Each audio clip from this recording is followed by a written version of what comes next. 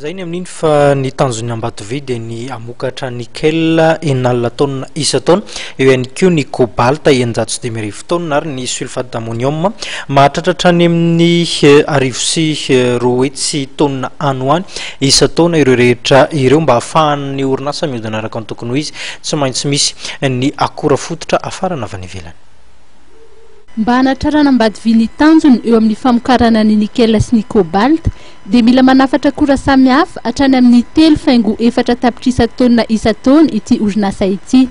9 alina sy 9 taona ny soufre avy any Moyen-Orient, 3 alina sy 4 taona ny charbon avy any Afrika Atsimo, 2 alina sy 7 tapitrisa taona ny calcaire avy any Dubai ary 9 alina taona ny ammoniac miampy ireo fitaovana na matériaux de rechange ao any usine.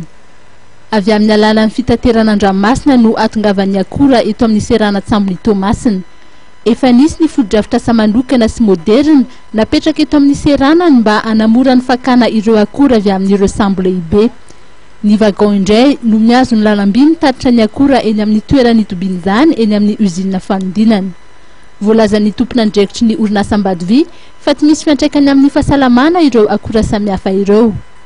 Rehefa tratrana Ambatovy ny tanjony dia ny amokatra nickel enina alina taona isa-taona dia io no lasa lohalaharana amin'ireo vokatra ahondrany Madagasikara.